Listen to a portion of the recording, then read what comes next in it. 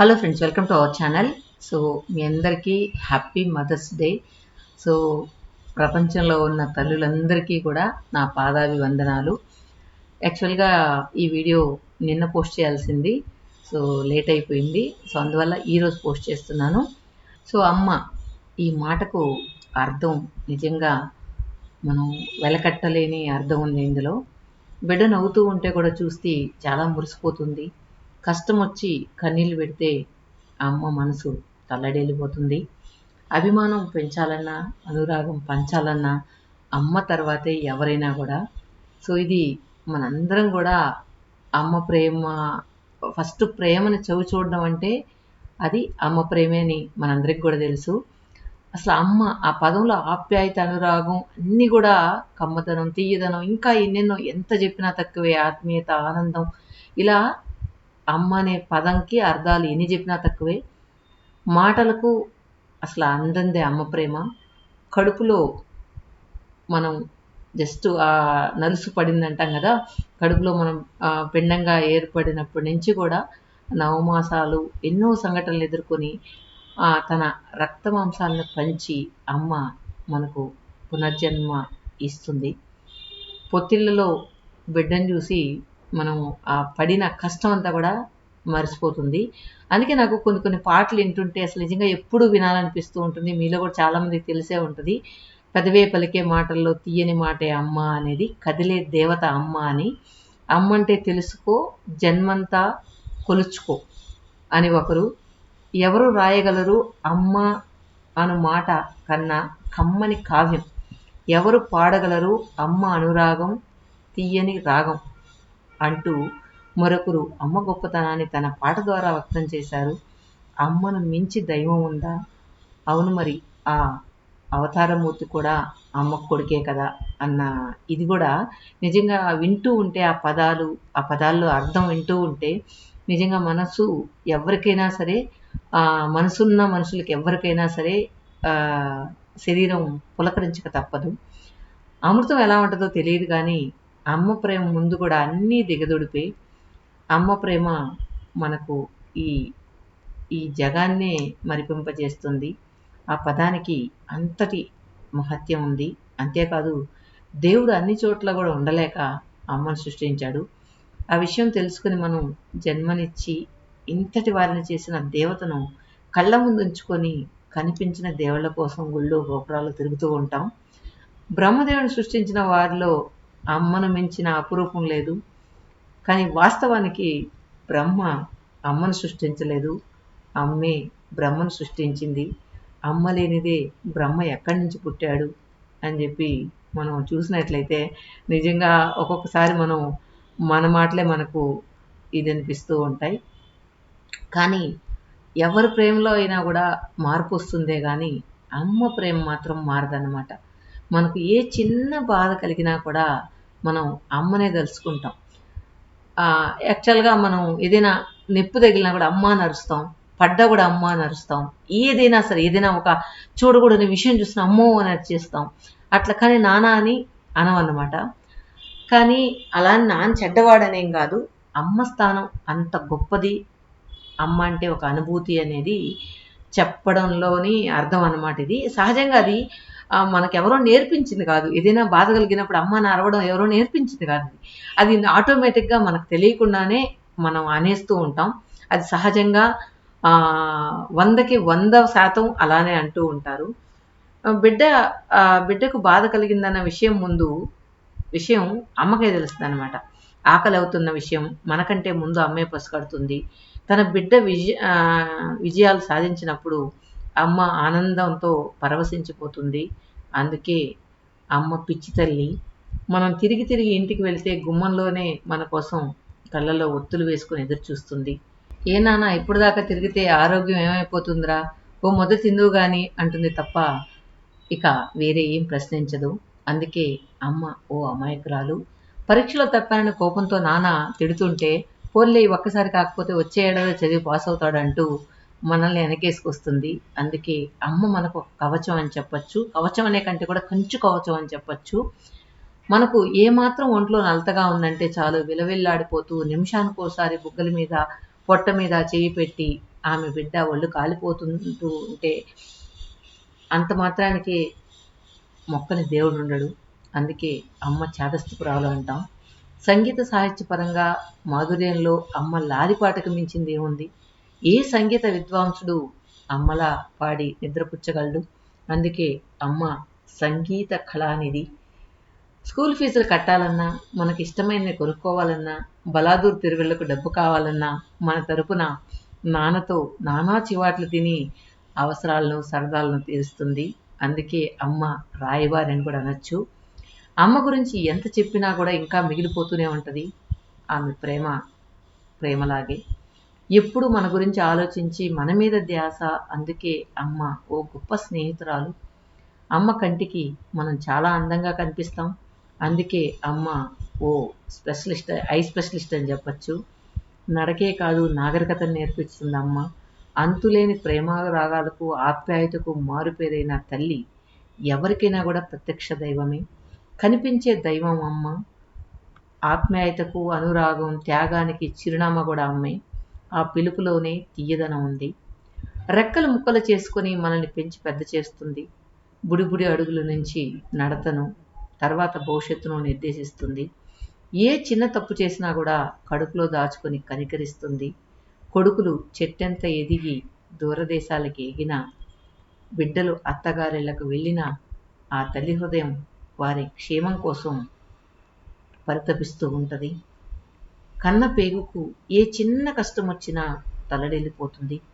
అలా మన కోసం సర్వస్వం దారబోసి పెంచి పెద్ద చేసిన తల్లులను వారి జీవిత చర్మాంగంలో కళ్ళల్లో పెట్టుకుని కాపాడడం ప్రతి ఒక్కరి కూడా ధర్మం. ప్రపంచంలో అతి పేదవాడు ఎవరంటే మనం ధనం లేనివాడు అనుకుంటాం. కానీ అమ్మ లేనివాడు నిజంగా పేదవాడని చెప్పాలి. అమ్మ ప్రేమ దక్కనివాడు కోటీశ్వరుడైనా సరే ఒకటే అనిపిస్తూ ఉంటుంది. బిడ్డను ప్రేమగా చూసే ప్రతి తల్లి మదర్ తెరిసానే. నడకే కాదు నాగరికత నేర్పిస్తుంది అమ్మ. అంతులేని ప్రేమానురాగాలకు, ఆప్యాయతకు మారుపేరైన తల్లి ఎవరికైనా ప్రత్యక్ష దైవమే. ఆప్యాయంగా అమ్మ కళ్ళల్లో ఒక్కసారి చూస్తే సమస్త లోకాలు కనిపిస్తాయి. మనకు జన్మనివ్వడమే కాకుండా సహజ నిర్మాణానికి దోహదకారి అయిన అమ్మను గౌరవించడం ప్రతి ఒక్కరి కర్తవ్యం. మనం చాలా ఏదైనా వీడియోస్ చూసినప్పుడు చాలా సందర్భాలు ఎక్కపక్కన వాళ్ళు చెప్పినప్పుడు మనం వింటూ ఉంటాం. ఏంటంటే వాళ్ళ అమ్మలు అందంగా లేకపోతేనో, లేకపోతే వాళ్ళ ఒకవేళ అనాగరికత కదా ఉన్న వాళ్ళు ఐ స్టేజ్లో వెళ్ళినప్పుడు వాళ్ళ అమ్మని చూపించడం కోసం ఇష్టం ఉండని వాళ్ళు చాలామంది ఉంటారు. కానీ అమ్మ మీరు ఇంత దూరం రావడానికి మీ సక్సెస్లో ప్రతి రోజు కూడా అమ్మ ఉంటుంది. అది మర్చిపోతారు. ఇప్పుడు చెప్పిన మాటలు ఏంటంటే నేను ప్రత్యక్షంగా చూసినవి. ఒక ఊర్లో వాళ్ళమ్మ పాచి పని, కూలి పని చేసి వాళ్ళ కొడుకుని పెద్దవాడిని చేస్తుంది. పెద్దవాడు అయిన తర్వాత తను మంచి పొజిషన్లోకి వస్తాడు. వచ్చినప్పుడు వాళ్ళ అమ్మని వాళ్ళ ఇంటికి తీసుకెళ్తే వాళ్ళ అమ్మని చూపిస్తే అవమానం అని చెప్పి ఎప్పుడు కూడా తీసుకెళ్ళడు అనమాట. సో ఆ తల్లి అయినా కూడా ఆ కొడుకుని ఏమనకుండా తను హ్యాపీగా ఉంటే చాలు అని అందరితో చెప్తూ ఉంటుంది. ఇది మా అమ్మమ్మ వాళ్ళ ఊర్లో జరిగిందనమాట. సో అప్పుడు కూడా ఆ తల్లి ప్రేమ బిడ్డని తిట్టాలనిపించలేదు. అది చూడండి, అదే తల్లి ప్రేమ అంటే. సో ఇలాంటి వాళ్ళు కూడా ఉంటారు. సో మన చుట్టుపక్కల కూడా కొంతమందిని చూస్తూ ఉంటాం. సో అమ్మల్ని విలువ లేకుండా మాట్లాడడం, ఎలా అంటే అలా తిట్టడం, కొట్టడం ఇలాంటివి చేస్తూ ఉంటారు. సో దాని వెనక అమ్మ ఎంత రోధిస్తుంది, అమ్మ మనసు ఎంత బాధపడుతుంది అనేది కూడా అర్థం చేసుకోరన్నమాట. ఇలాంటి వాళ్ళని మనుషులంటే అనేకంటే కూడా పశువులు అనడం కరెక్ట్ ఏమో అనిపిస్తుంది. సో అలా చేసే వాళ్ళని దేవుడు కూడా మార్చలేరు అంటూ ఉంటారు అందరూ చూసిన వాళ్ళు కూడా. కానీ ఇలాంటి తల్లులు కూడా చాలామంది మన దేశంలో, మన ప్రపంచంలో బాగా సఫర్ అవుతూ ఉంటారు. అలాంటి తల్లులందరికీ కూడా సంతోషం కలగాలని, వాళ్ళ పిల్లల వల్ల వాళ్ళ తల్లిదండ్రులకి సంతోషం ఎప్పుడు కూడా ఆ భగవంతుడు ప్రసాదించాలని కోరుకుందాం. ఇక మనం ఈరోజు ఇంకొక విషయం కూడా ఉంది. ఇక్కడ ఫోటోల్లో చూస్తున్నారు కదా, సో మన సబ్స్క్రైబర్ వాళ్ళ అమ్మగారు అనమాట. సో వాళ్ళ అమ్మగారి పేరు మీదుగా ఒక 20,000 మనకు పంపించారు. సో మీరు ఎలాగూ చార్ధామ్ యాత్ర వెళ్తూ ఉన్నారు కదా, మీకు ఎక్కడ వేయాలన్నా, ఎవరికైనా ఇవ్వాలన్నా, లేదా ఏదైనా సత్రం, ధర్మసత్రం ఉంటుంది కదా, ఏమంటారు, అన్నదాన సత్రం, అలా ఏమన్నా ఎక్కడైనా ఇవ్వాలన్నా అమ్మ పేరు మీద ఒక 20,000 ఇస్తాను. సో మీరు ఎక్కడైనా కూడా దాన్ని ఖర్చు పెట్టండి అని చెప్పి ఇచ్చారు. నేనైతే ఒక క్లారిఫికేషన్ మాత్రం తన దగ్గర తీసుకున్నాను. ఏదైనా దేవుడు హుండీలో ఏమంటే మాత్రం మీరే వేసుకోండి, లేదు నాకు తోచినట్లు మీ 20,000 ప్రతి ఒక్కరికి ఉపయోగపడేలాగా, ప్రతి రూపాయి కూడా ఉపయోగపడేలాగా నేను చార్ధామ్ యాత్ర వెళ్ళినప్పుడు ఖర్చు పెడతాను అని చెప్పాను. సో దానికి ఒప్పుకొని మనకు ఒక 20,000 పంపించారు వాళ్ళు. సో మనతో వస్తున్న వాళ్ళకి ఎవరికైనా భోజనాలు బయట తిన్నప్పుడైనా పెట్టించండి, లేదా మీరు ఎలా చేయాలనుకుంటే అలా చేయండి అని చెప్పారు. సో వాళ్ళ అమ్మగారు తొందరగా చనిపోయారంట, చిన్న వయసులోనే చనిపోయారంట. సో వీళ్ళకి కూడా చిన్న వయసులోనే పెళ్లి చేసేసారంట. కానీ అమ్మ లేని లోటు నిజంగా చెప్పలేనిది. మా అమ్మ అంటే మాకు చాలా ప్రాణం, అమ్మకు కూడా మేమంటే అంతే ప్రాణం. సో అంతలా చూసుకునే అమ్మ లేదు అంటే మేము ఎప్పుడు కూడా చాలా బాధపడుతూ ఉంటాం అని చెప్పి మన వీడియోస్ చూస్తున్నప్పుడు మా అమ్మ నాకు ఏదైనా వస్తువులు పంపేటప్పుడు ఎంత ప్రేమగా పంపుతుంది. అదే మాకు కూడా అమ్మ ఉంటే అయ్యో బిడ్డకి ఇది పంపించాలి, అది పంపించాలని ఎంత ప్రేమగా ఉండేది అని గుర్తుకొస్తూ ఉంటుందంట.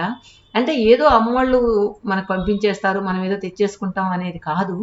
అక్కడ ప్రతి ఒక్క వస్తువు ఏది పంపించినా కూడా అయ్యో ఇది మన బిడ్డ ఊరెళ్తున్నారే, మన బిడ్డకి పెడదామే అనే ఒక ఈ ప్రేమ ఉంది చూసారా, అదే అమ్మ ప్రేమ.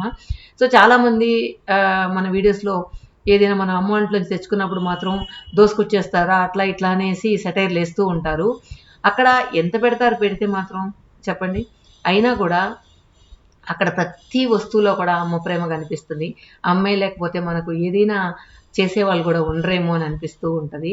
కానీ అమ్మ పంపించే వస్తువులు మనం కొనుక్కునే స్టేజ్లో ఉన్నాం, కొనుక్కోగలం కూడా. కానీ అమ్మ ప్రేమతో కూడిన ఆ వస్తువులు మనకు దొరకవు కదా. సో అదే అలా అర్థం చేసుకోరు, తీసుకొచ్చుకుంటారు, పుట్టింటి నుంచి తీసుకొచ్చుకుంటారు అంటారు. సో ఎవరికైనా అదృష్టం లేని వాళ్ళు, అమ్మ ప్రేమ దొరకని వాళ్ళు అలా అనాల్సిందే అనిపిస్తూ ఉంటుంది. సో ఈ సబ్స్క్రైబర్ ఏంటంటే మన బెంగళూరులోనే ఉంటారనమాట. బెంగళూరులో వాళ్ళ అమ్మాయి ఉంటుంది, వాళ్ళు తిరుపతిలో ఉంటారు. సో వాళ్ళు మన వీడియోస్ స్టార్టింగ్ 4-5 years నుంచి ఫాలో అవుతున్నారంట. సో మొన్న ఏదో ఒక సందర్భంలో ఫోన్ చేసి మా అమ్మ వాళ్ళ పాప వచ్చి మా అమ్మ మీతో కలవాలంట ఆంటీ, ఒక 5 minutes ఆంటీ అని చెప్పింది. సరే రమ్మని చెప్పాను. మన ఇంటికి వచ్చి లాస్ట్ టైం నేను ఒక వీడియోలో కూడా పెట్టాను కదా, పాపం మున్నార్కి వెళ్తూ టీ పౌడర్ కూడా ఒక ప్యాకెట్ ఇచ్చి వెళ్ళారు, టేస్ట్ చూడండి అమ్మ అని చెప్పి. సో అంత ప్రేమగా పలకరించారు మన కోసం, అంత ఆప్యాయతగా ఇంటికి వచ్చిన వాళ్ళని ఎందుకు కాదనాలి అని చెప్పి నేను కూడా రమ్మని చెప్పాను. తర్వాత ఏదో నేను లాస్ట్ టైం ట్రిప్ ప్లాన్ పెట్టినప్పుడు చార్ధామ్ అన్నప్పుడు ఏదమ్మా మీతో వెళ్ళిన వాళ్ళకి ఏదైనా అవసరమైనా మీరు చేయండి అంటే నేను చెప్తూ ఉంటాను కదా, మాతో వెళ్ళే వాళ్ళల్లో చాలామంది పాపం రెక్కలు ముక్కలు చేసుకుని డబ్బులు కూడబెట్టుకుని వచ్చేవాళ్ళు. అందరూ అని చెప్పను కానీ కొంతమంది పెట్టుకునే స్టేజ్లోనే ఉన్నారు. కొంతమంది మాత్రం పాపం రెక్కాడితే కానీ డొక్కాడదు అన్నట్టు ఉంటారు కదా, అంటే కొంచెం చేర్చి పెట్టుకుందే కానీ ఇలాంటి పుణ్యక్షేత్రాలు చూడలేమే అనే పొజిషన్లో ఉన్న వాళ్ళు కూడా ఉన్నారు. సో వాళ్ళని నాకు సపరేట్గా చూపించడం, వాళ్ళని హైలైట్ చేయడం ఇష్టం లేదు. పాపం వాళ్ళు కూడా ఫీల్ అవుతారు కదా. అందుకని నేను ఏంటంటే ఎక్కడ అవసరం, ఎవరికి అవసరం అనేది కూడా నేను పెడతానని చెప్పి వాళ్ళకి చెప్పడం జరిగింది. సో మాకేమి నువ్వు చెప్పలేదమ్మా, మీ వీడియోలు మేము చూస్తూ ఉన్నాం. సో ప్రతి రూపాయి కూడా మీరు కరెక్ట్గా ఎంతవరకు వాళ్ళకి ప్రయోజనం ఉంటుంది అనేది చూసి ఖర్చు పెడతారు కదా, మీ వీడియోస్ చూసినప్పుడు మాకు అర్థమైంది అని చెప్పారు. కానీ మనం ఎవరి దగ్గర మనీ తీసుకున్నా కూడా ఆ మనీ ఎంతవరకు న్యాయం చేశాననేది వీడియో రూపంలో చూపించడం నాకు అలవాటు. ఏదైనా కూడా వాళ్ళు ఆ వీడియో చూసుకున్నప్పుడు అయ్యో ఇది మన అమ్మ పేరు మీద చేసిన సహాయం ఫలాని విధంగా ఫలాని వాళ్ళకి అందింది అని వాళ్ళు చూసుకున్నప్పుడు నిజంగా వాళ్ళ కళ్ళలో ఆనందం అంతా ఇంత కాదు. సో అది కూడా ఒక భాగం అన్నమాట. ఏదో చేసేయాలి చూసేయాలని కాకుండా చూసుకున్నప్పుడు ఒక సంతోషం వాళ్ళకి కలుగుతుంది. దానికోసమే నేను ఎవ్వరు ఏ సహాయం చేసినా కూడా ప్రతిదీ కూడా వీడియో రూపంలో పెడుతూ ఉంటాను. ఈ చార్ధామ్ యాత్రలో వాళ్ళు పంపిన 20,000 కూడా కరెక్ట్గా ప్రయోజనం అయ్యేలాగా ఉపయోగించాలని అనుకుంటూ ఉన్నాను. అదేవిధంగా వాళ్ళ అమ్మగారికి ఆత్మశాంతి కలగాలని, వీళ్ళు కూడా హ్యాపీగా ఎప్పుడు కూడా ఇలా 10 మందిని ఆదుకుంటూ అలాగే వాళ్ళ లైఫ్ కూడా ఎప్పుడు సంతోషంగా ఉండాలని, అలాగే వాళ్ళ అమ్మాయి కూడా పెళ్ళిడికి వచ్చింది. ఎవరైనా మంచి సంబంధం ఉంటే కూడా చెప్పండి అమ్మా అన్నారు. సో వాళ్ళ అమ్మాయికి కూడా మంచి సంబంధం కుదరాలని, తొందరగా పెళ్ళి అవ్వాలని సో మనందరం కూడా కోరుకుందాం. సో అలాంటి మంచి మనసుండి సహాయం చేసే గుణం ఉన్న వాళ్ళకి ఎప్పుడు కూడా మంచి జరుగుతుందని నా అభిప్రాయం. సో మనం చూస్తూ ఉంటాం మన చుట్టుపక్కల వాళ్ళందరినీ కూడా, ఎప్పుడు కూడా ఒకరి మంచి కోరుకునే వాళ్ళు, అందరూ బాగుండాలనుకునే వాళ్ళ లైఫ్ ఎప్పుడు కూడా బాగుంటుంది. ఎప్పుడైతే జెలస్ ఫీల్ అయ్యి అయ్యో వాళ్ళకుందే మనకు లేదే, వాళ్ళు అది తీసుకున్నారే మనం ఇది తీసుకోలేదే అని ఎప్పుడైతే మనం అనుకుంటామో అప్పుడు ఖచ్చితంగా మనం ఎప్పుడు హ్యాపీగా ఉండం. సో హ్యాపీనెస్ అనేది డబ్బులో లేదు.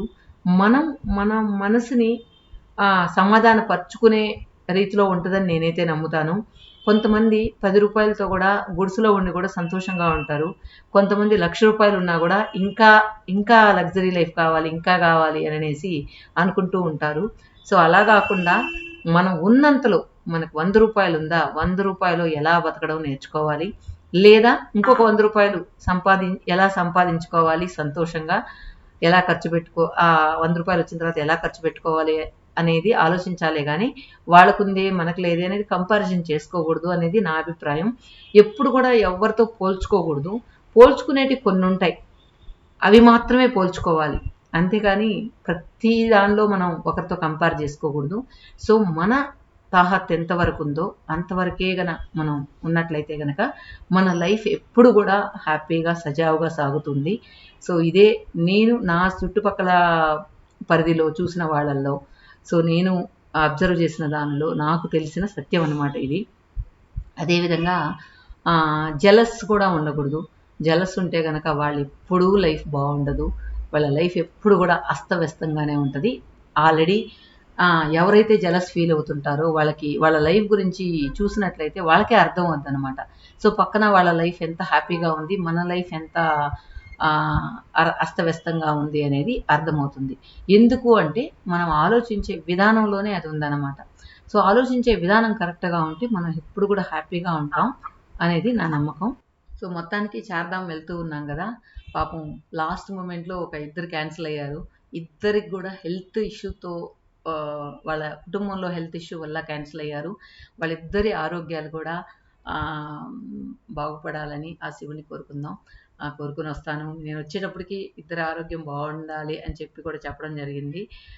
ఓకే ఫ్రెండ్స్, మా చార్ధామ్ యాత్రని ఫుల్ ఎక్సైటింగ్గా ఉన్నాం అన్నమాట. మెయిన్ ఏంటంటే నాకు ఆ కొండలు, ఆ ప్రకృతి అవన్నీ కూడా ఇష్టం. సో మనం ఎక్కువగా బాధలో ఉన్నప్పుడు లేదా ఏదైనా మనసు చికాగ్గా ఉన్నప్పుడు ఇలాంటి ప్రకృతిని ఒక్కరోసేపు అలా ఎంజాయ్ చేసినా కూడా ఆ సెలయేర్ల మధ్య ఆ మంచు కొండలు, ఆ మంచు పడుతూ తర్వాత చల్లదనం, చిన్న చిన్న వానలు, పక్కనే సెలయేర్లు, ఇవన్నీ కూడా చూస్తూ ఉంటే నిజంగా లైఫ్ అంటే ఇది అనిపించేలా ఉంటుంది అనమాట. నిజంగా అక్కడ ఉన్న వాళ్ళందరూ కూడా అదృష్టవంతులని చెప్పచ్చు. మనకు అదృష్టం లేదని చెప్పచ్చు. అంత మంచి ప్రదేశంలో మనం ఉండలేకపోతున్నామే అనేది. అదేవిధంగా మనకు ఏదైనా ఈ చార్ధామ్ యాత్ర వెళ్ళిన వాళ్ళు కొంతమంది ఏం చెప్పారంటే అక్కడ మంచి మూలికలతో కూడిన నీళ్ళని తాగడం, ఆ ప్రకృతి, అక్కడ పొల్యూషన్ లేని వాతావరణంతో మనకి ఏదైనా జబ్బులున్నా కూడా తగ్గిపోతాయని చెప్పడం జరిగింది. మరి ఎంతవరకు అందరికీ వర్తిస్తుందో నాకైతే తెలియలేదు. సో మొత్తానికి చార్ధామ్ వెళ్ళిన తర్వాత మిగతా వీడియోలన్నీ పెడతాను.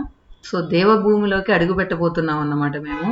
అదో దేవభూమిలో అడుగుపెట్టిన తర్వాత వచ్చిన తర్వాత మా ఫీలింగ్స్ అన్నీ ఎలా ఉన్నాయి, సో మేము ఎంత ఆనందంగా అక్కడ టైం స్పెండ్ చేసాం అనేది ప్రతి ఒక్కటి కూడా నా మనసులో భావాలతో మీకు వీడియో రూపంలో చూపిస్తాను. Okay friends, thank you for watching. మరొక్కసారి ఆ అమ్మకు ఆత్మక శాంతి కలగాలని, అదేవిధంగా వాళ్ళ కుటుంబం కూడా ఎప్పుడు సంతోషంగా ఉండాలని కోరుకుందాం. Okay friends, thank you for watching.